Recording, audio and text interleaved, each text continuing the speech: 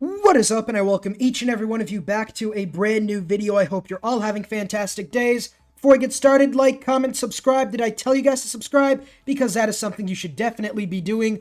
We are back with another top 5. This time we're looking at the 5 best culture civs in Civilization 6.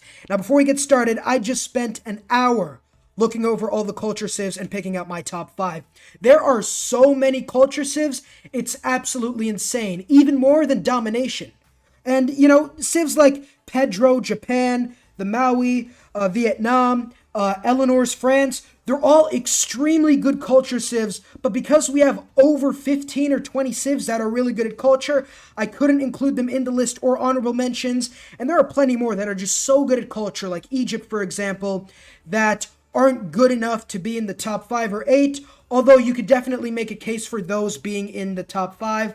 In my opinion, and through my gameplay, I just don't think they crack the top 5, if that makes any sense. But without further ado, let's start at number 5. We are looking at Pericles of Greece. That is right.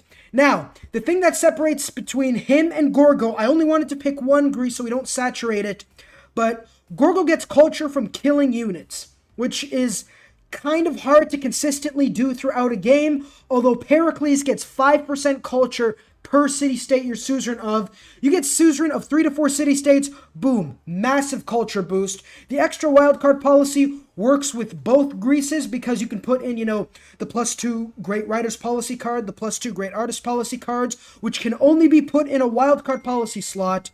Not only that, you have the Hoplite, which is decent. Not really, it's pretty bad. And you have the Acropolis, cheaper to build, gives you an envoy to get suzerain of city-states, and extra adjacency adjacent to districts and the city center, as well as entertainment complexes, water park, and all that stuff. It can only be built on hills, but it should not be too hard, considering that hills are plentiful. Again, I only wanted to pick one Greece, and I decided to go Pericles because I feel like he's a little more reliable. In any case, that is our number 5. Greece, mainly led by Pericles. Number 4, we have, let's just call him the Congo because I'm not going to pronounce that name right.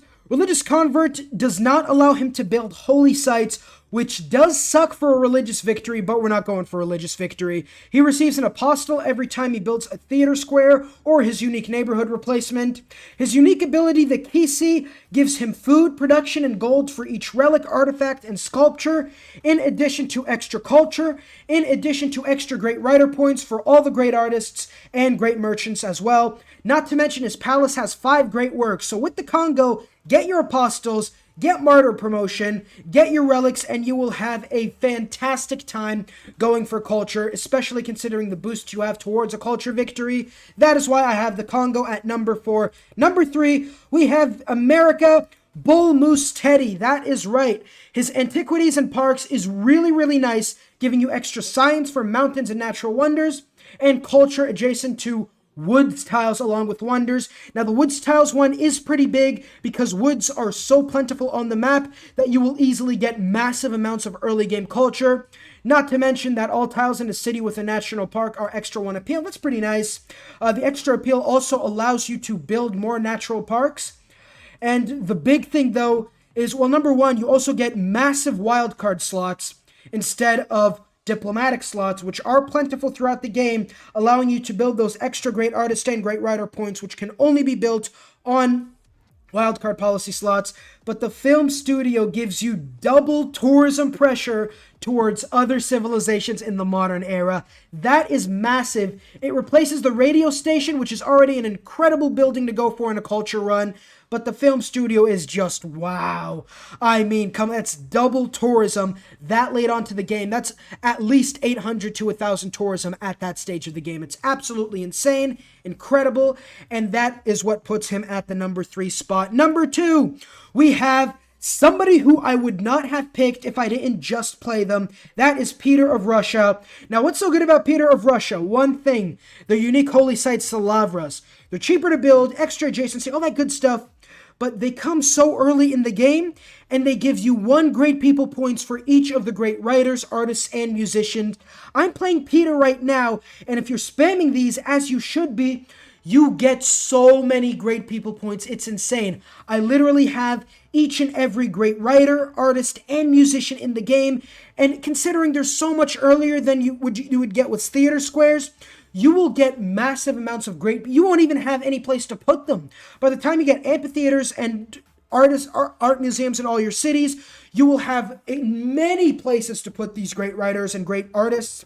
And not to mention, you will get every single great person point if you just spam build the lavras. And by the time you get theater squares, you will have so many great people points that no one is going to be able to keep up. Not Sweden, not America, not the Congo, not Pericles, and this is why I have them at number 2. Before we get to the number 1 spot, we're going to look at the honorable mentions. The first honorable mention we have is Ethiopia of Menelik. He is great because he gets 15% of his faith towards his culture, which is nice. He gets a massive amount of faith from international trade routes and improved resources. Not to mention his museums can be purchased with faith, which is extremely valuable considering how expensive they are. And the rock-hewn church, the ones that give you 5 or 6 faith by being adjacent to mountains and hill tiles, provide tourism after researching flight, and provide +1 appeal. Not to mention they can never be pillaged by natural disasters, and they can only be built next to hills, but you do have a hill bias, so that is absolutely massive. You will get so much tourism with Menelik, not as much as the top 5, but the Council of Ministers and the Rock-Hewn Church, along with his legacy, civilization ability, gives you a solid amount of tourism to eke out that easy culture win. Secondly, we have Sweden. Christina of Sweden.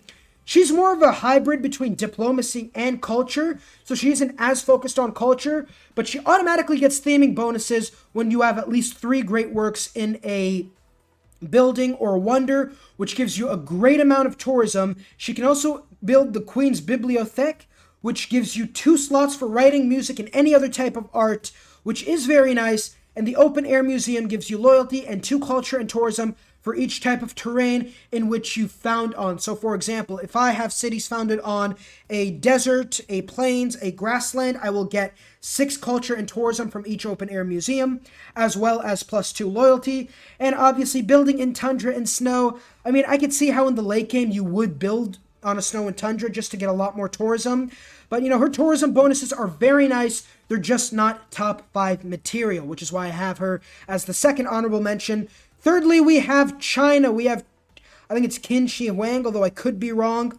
He is very nice because of 2 reasons. The Great Wall and the First Emperor. Using builders to build wonders is absolutely incredible, and getting the Great Wall gives you a massive amount of tourism later on, especially considering that it's not really too specific as to where you can and cannot build it. So by the time flight comes around, you will have a massive amount of tourism from Great Walls. The one problem I have with him, and the reason he isn't top 5, is because if you're building many wonders with builders, number 1, it's only in the ancient and classical era, which is, you know, it's already a little iffy, but 15% of the original wonder cost. The extra builder charge is nice, but if you're spending the early game just spam building builders, you will leave yourself open to an attack, especially on the higher difficulties. Not to mention that you could be building districts, and even with the charge bonus, you could have your wonder stolen from you, although not very likely because the 15% charge bonus means 2 builders, 1.5 builders, and you will get a free wonder, essentially. That's really nice, and the earlier you build wonders, the more tourism you get as you advance across the eras.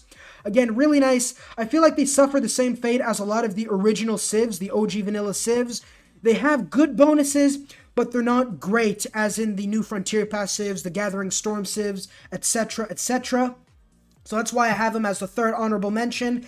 Again, Pedro, Japan, Coupe, Vietnam, Eleanor of France are all really good, but, you know, Japan and Pedro are sort of like not culture specific. They can definitely play culture really well, but they're sort of focused on, you know, adjacency bonuses for all districts, bonuses towards all great people, etc. The Maui is nice. It's just not being able to build great writers is meh. And again, they're just more generalized. You know, they start in the middle of the ocean. They get more science. They get production and food from unimproved tiles. Vietnam is really good with the Thon, although again, they're also, a lot of their budget is spent towards defense, you know, combat units. You know, if we could just see Vietnam for a second. Again, the 9 Dragon Rivers Delta gives you culture, science, and production. And the Voi Xian is a really good unit. Her unique ability has nothing for culture. It's just combat strength and defense. So she is really good at culture, especially with her unique encampment district, although she isn't so culturally focused, which definitely puts her at a disadvantage when we're looking at just culture civs, if that makes any sense. And now, again, one last thing. Eleanor, really good at culture. She has France's abilities, although the Court of Love allows her to win a domination victory before she wins a culture victory. So that is kind of confusing a little bit, but she is definitely a really good culture civ. But number one, we have France. That is right. Catherine de Medici of France. I'm looking at Magnificence. Black Queen is also really nice. I only wanted to pick one, just like in Greece at our 5th spot. Just as like Gorgo is really good at culture, so is Catherine of the Black Queen.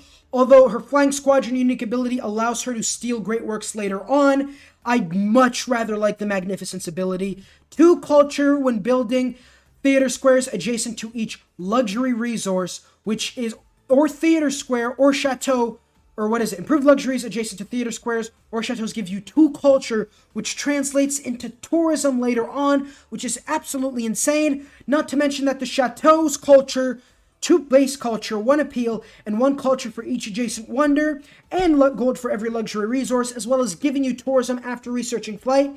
You have 2 sort of improvements that you get that will give you tourism after you get flight, which is insane. And the Grand Tour gives you a production bonus towards building medieval, Renaissance, and industrial era wonders, which is great, especially in these eras, because this is the era where, all right, you have the military to defend, you might have gone through an early war, you already have all your cities nice and built up, you got theater squares, you got all your cities built. This is where you can start focusing on building wonders, instead of like China, who's focusing on the ancient and classical era, and Egypt, where, you know, that is the time where you just want to build up your empire and build a strong foundation to build wonders in the Renaissance industrial era, just like France does. And you also get double tourism from wonders in any era. That is why I have France at number 1, especially Magnificence. Again, she does have a few problems. She isn't really that good overall because she just has nothing compared to everything else. But when we're looking at straight culture, I believe she is the best civ in the entire game. Let me know down below. There are just a plethora of culture civs to choose from. Make your argument for any other civilizations. Make your argument as for why my tier list is wrong and stupid. I almost choked on myself there. But yeah, you know, lots of culture civs. This is my top 5. Could switch at a moment's notice, to be quite honest with you. But let me know down below what you guys think and what you guys have. As always, like, comment, subscribe. Subscribe for sure. And I will see you all in the next video. Peace.